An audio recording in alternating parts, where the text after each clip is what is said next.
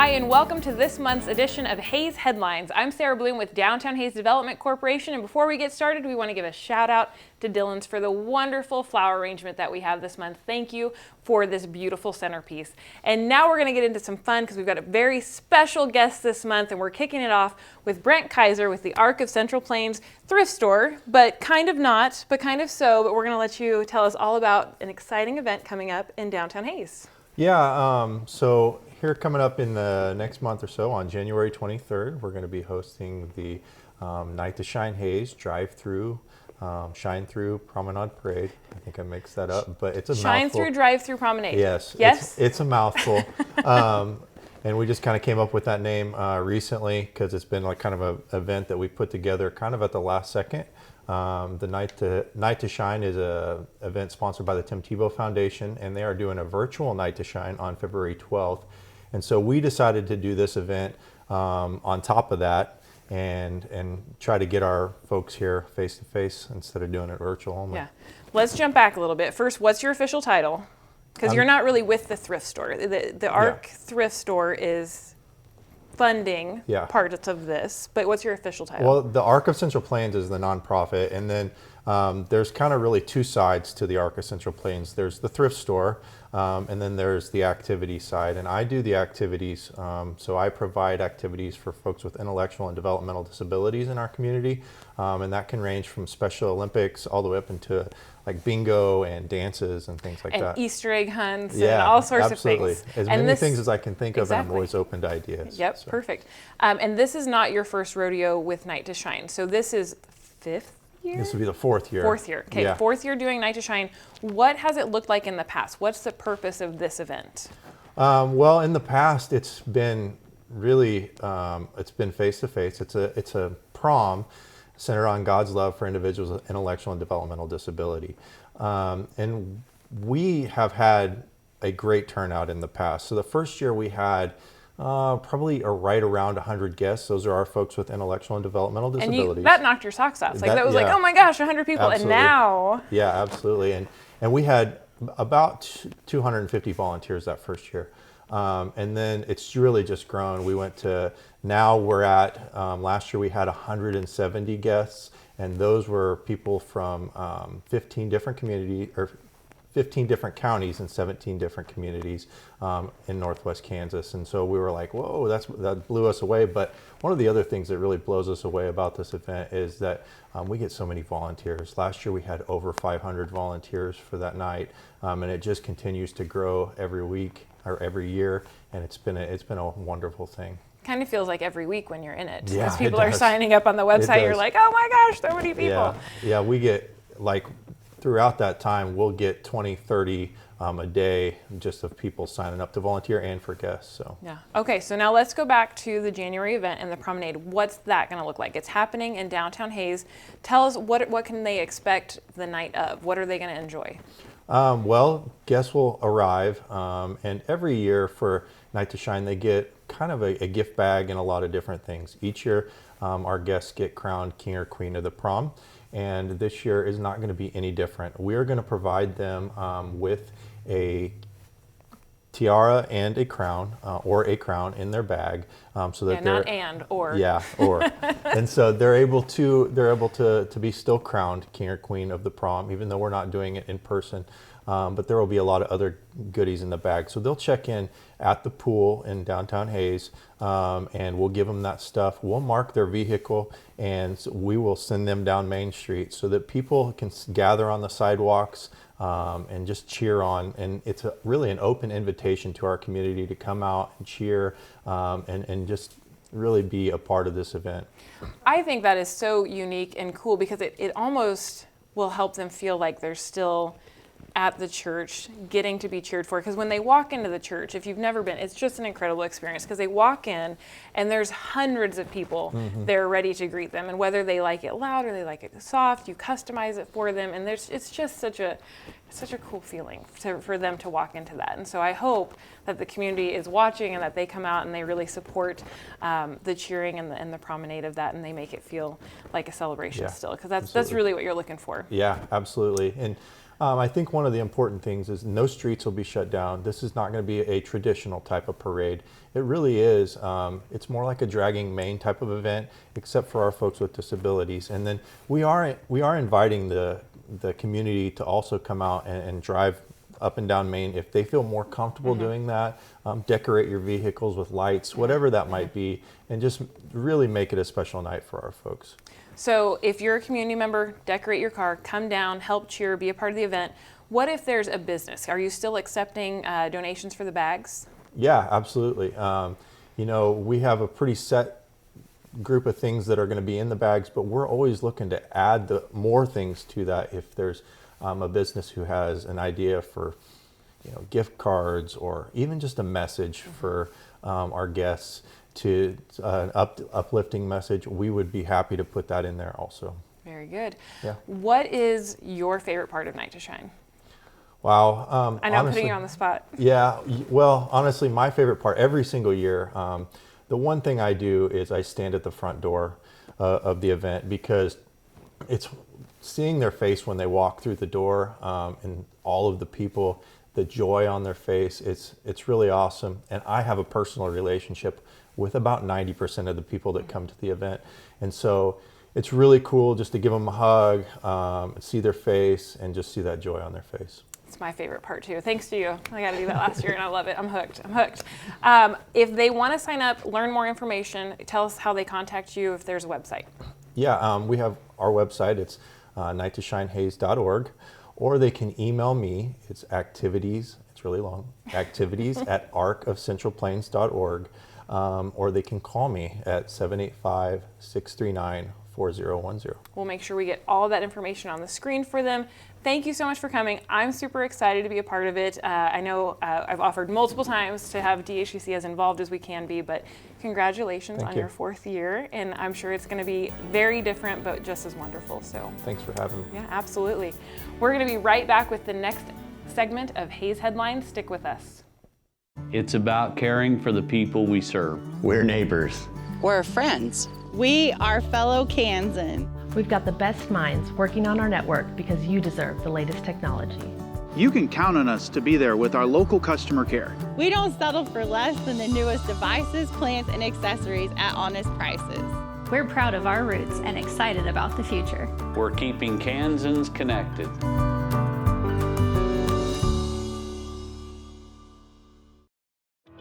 For over 70 years at Nex-Tech, we've tackled new technologies and created a powerful fiber network to bring you the fastest, most reliable internet. Being connected is essential. That's why we're proud to offer the only gig symmetrical internet around. Visit nextech.com to sign up for any new internet speed and get a $100 credit, or upgrade your current speed and pay your same price for 3 months. Nex-Tech, here for you then, now, and for whatever comes next. The team at Homestead Assisted Living is a proud supporter of the Haze community. Located just west of the Sternberg Natural History Museum, Homestead is a warm and welcoming community where residents receive compassionate care from licensed professionals. If you're curious about senior living options for yourself or a loved one, make Homestead your first call. Our kind and courteous staff would love to show you around and answer any questions you may have. Call us today to schedule a tour of Homestead or visit us online at homesteadofhaze.com.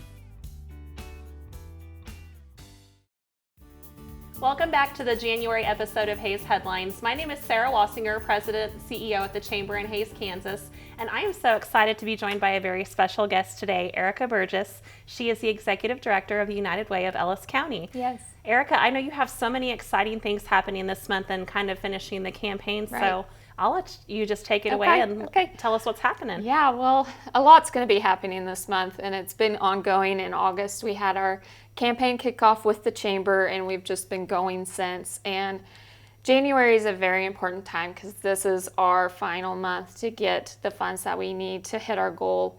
And so it's just so important for the community to kind of rally, with us to reach that goal. Right now we're around 60%. So we're really needing the community's help in reaching that goal because unfortunately with this year, with 2020, everybody took a hit and nonprofits were not immune to that hit. And so a lot of our partner agencies have had a tremendous increase in need of people in the community, but also unfortunately a loss of income revenue due to canceled fundraisers, canceled events. And so we're really needing to push through for them to make sure they are funded, you know, where they can still provide the services that they have to the community, because they're all important. Now you do represent, is it 18 agencies? Is Yes. that correct this year? Yes, 18 agencies who provide 23 different programs and services. So I know that you guys really stepped out of the box and found some creative ways for people to get involved and to do donations this year. Do you just want to kind of talk a little bit about, if folks at home are able to kind of contribute and help us make our goal this year, how can they get in touch with you to make some donations? Sure. Well, they can always come to our office. We're located at 205 East 7th Street in the Hadley Center, Suite 111. We're really easy to find. You can always contact our office. But if you don't have time to do that, we have some great online options for you. You can go to our website. It's liveunited.us. There's a little donate button there at the bottom corner. You can click on that, and it gives you 3 different options on how you can donate online. A one-time gift, or you can do a monthly gift, which is nice, so you can spread out payments throughout the whole year, give a little bit each month. Or we have a new roundup option, which we're excited about. You can link your debit credit card to our secure platform, and then whenever you make a purchase around town supporting local, those purchases will be rounded up to the nearest dollar, and then that change will be donated to the United Way. So it's a very easy, kind of non-painful way to donate to the United Way. So we have a lot of great options, and then of course come in with check, cash, credit card, whatever people want to do. We're appreciative of it all. So you said you're about 60% to goal as of right now. What is the goal for the campaign for this year? We want to raise $380,000 this year. That will be a good way to make sure that those partner agencies are funded in the way they need to. So we're crossing our fingers. We want to get there, and we know the community can help us get there. So the thing I love the most about the United Way is 99% of the donations that are contributed actually stay within Ellis County. Correct. And I think that is so huge for people to remember as they're making monetary donations throughout the year. And the services that these nonprofits are providing, like you said, it was an unusual year last year, and the need is just so great. So I think it's nice that people can contribute, but really have their money help so many of our different nonprofits that exist around town. Yep. And our nonprofits are all researched, I guess I want to say. We have a care council, which is made up of 12 volunteers in the community, and they review all the applications that we get. They look at their financials, they interview these agencies, they want to make sure that the programs that they're applying for is what the community needs. And they do a great job of it, and we're so thankful for them, because now, I hope the donor knows that their dollars are spent in the most important way. So we're really thankful for that. And I've enjoyed really hearing the United Way minutes that have been playing on the radio, and just learning so much more. And you would be surprised at how much maybe you don't know about your community and all of the amazing work that these people are doing to assist those in need. So now you do have a couple of other resources that the United Way of Ellis County offers. Northwest Kansas Volunteers was kind of neat. Do you want to talk about that real quickly? Sure. It's a new website that's probably about a year or so old now, but it's nwksvolunteers.org. And nonprofits or any type of organization can go on there and put their volunteer opportunities that they have in the community. Then if you go to our website, you can see all the volunteer opportunities that are available. You can click on that opportunity, learn more about it, and sign up just from that website, and it'll go, and the organization will be notified for that. So we've had some great ways. Our Reality U program that we bring to the high schools, we get volunteers through that. Our community Christmas dinner that we held, we had so many volunteers come through the website for that. So it's a very important tool, and for people, because a lot of times people want to volunteer, they just don't know where to find those opportunities, and this is a great way to do that. Well, we at the Chamber are always very excited to tell people about that website and know that we get a lot of folks wanting to help make a difference too, so that's always nice. One final thing that we did want to touch on briefly, so there is a nice resource guide that we have for Ellis County that does kind of highlight all of the different nonprofits that are a part of United Way, but also in addition to those. So do you want to just tell people where they can go access that? Sure. There's 2 different ways they can access it. One is through the website. It's elliscountykShelp.com, And there'll be a different, all sorts of list of resources in different categories. And then probably a couple years now, we've had an app for that. And so you can just search Ellis County resources, download that app, and all that information is there for you. So it's been a great resource for people, I know. Well, we just want to say thank you for joining us for the January Hayes Headlines. We wish you all the best in a successful campaign. And if you have not already made a contribution to the United Way of Ellis County, please, by all means, they do so much great work for our folks in our community. Reach out to Erica and her team. Again, go ahead and share your contact information one more time, maybe. Our website's liveunited.us. We are located in the Hadley Center, 205 East 7th Street, Suite 111. Our phone number is 785-628-8281, and we're appreciative of every donation that we get. So every little bit helps. Yes, it does. So thank you for joining us for the second segment of Hayes Headlines, and we're excited to scoot out of here because coming up is A Snake in a Jar. At Next Generation, we're working to keep kids local, and you can help. Your gift of any amount provides opportunities for high school and college students to experience local careers with local businesses right here at home. Opportunities for paid internships that teach students about their local community and prepare them with hands-on job skills now, so they are ready to remain local for the future. Like me in Plainville. Like me in Phillipsburg. Students like me in Waukene. Here at Nex-Tech, we've delivered the best in phone technology for 70 years, and we're still at it today with cloud phone systems for business. Cloud phone is all about agility. It goes where you go, when you go, and it's cost effective. So give Nex-Tech a call and find out how cloud phone can be as nimble as you are. Then sign a qualifying contract and choose a little something extra. Apple AirPods Pro or an Apple Watch SE, another layer of connectivity. Trust Rogers & Associates Insurance to keep your peace of mind through all the seasons in life.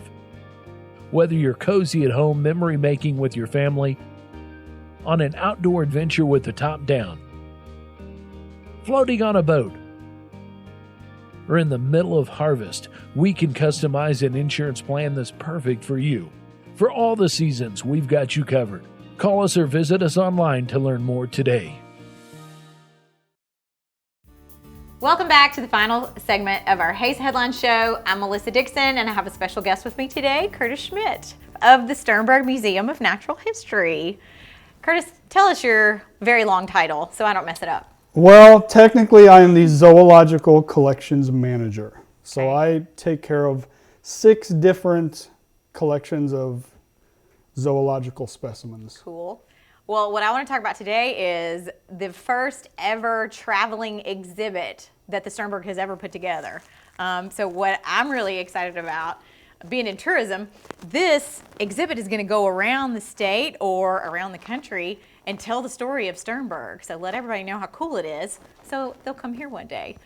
Now this exhibit is very special because you guys created it from scratch. Yes.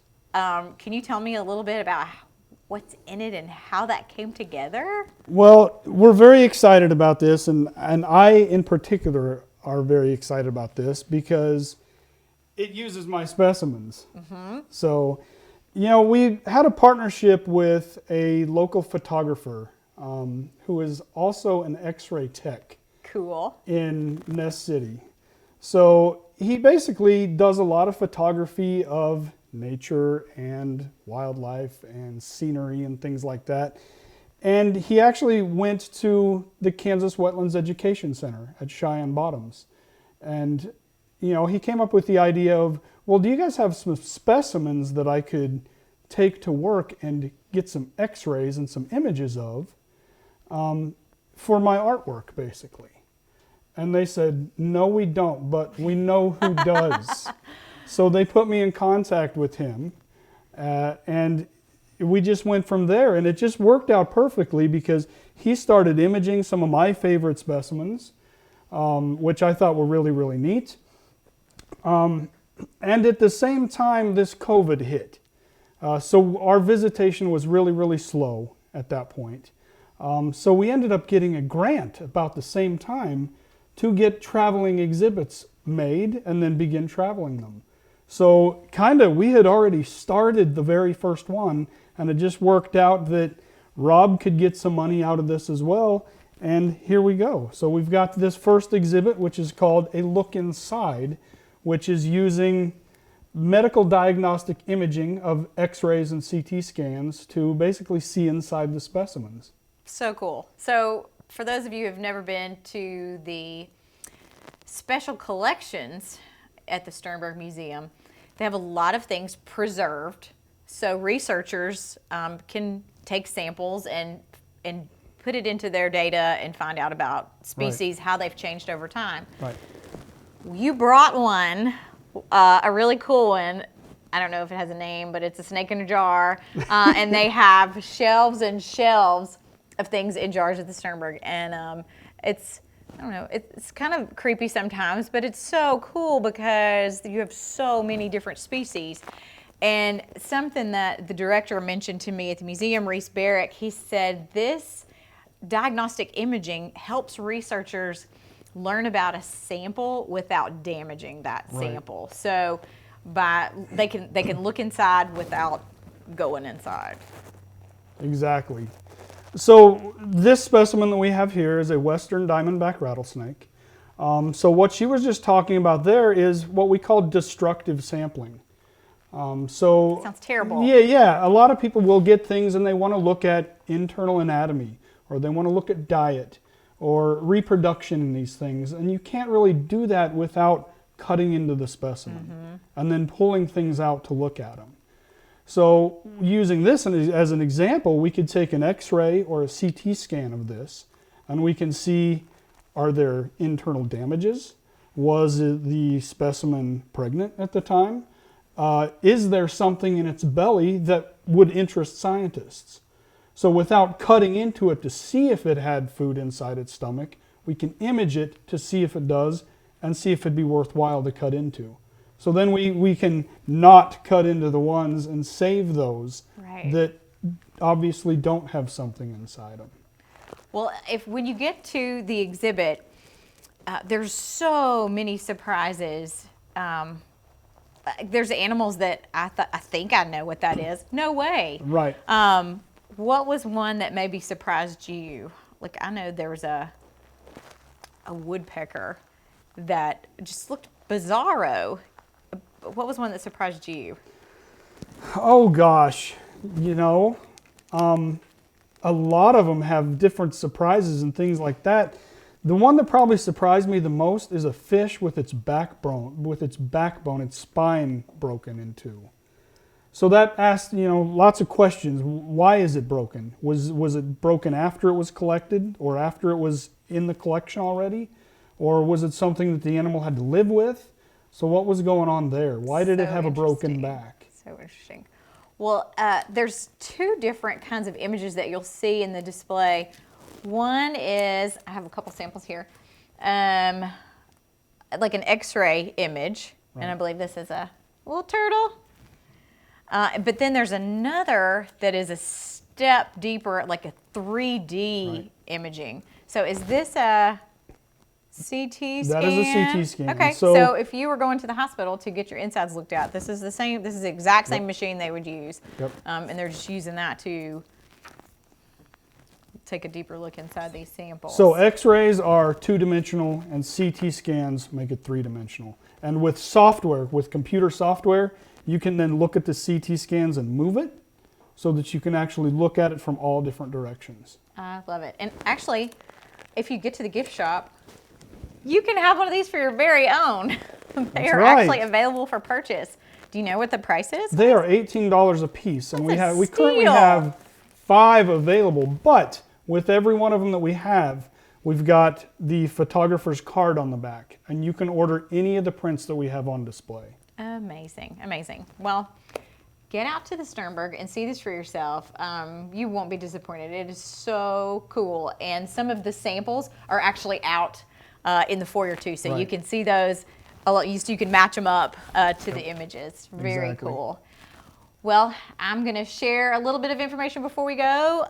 Any questions about the exhibit, you can check out Sternberg's website, which is fhsu.sternberg.edu. Maybe we can put those on the screen. If you have if you need information about community events, check visithayes.com anytime. Looking for downtown events, check downtownhayes.com. And for chamber events, check hayeschamber.com. Thanks for joining us. We'll see you next month.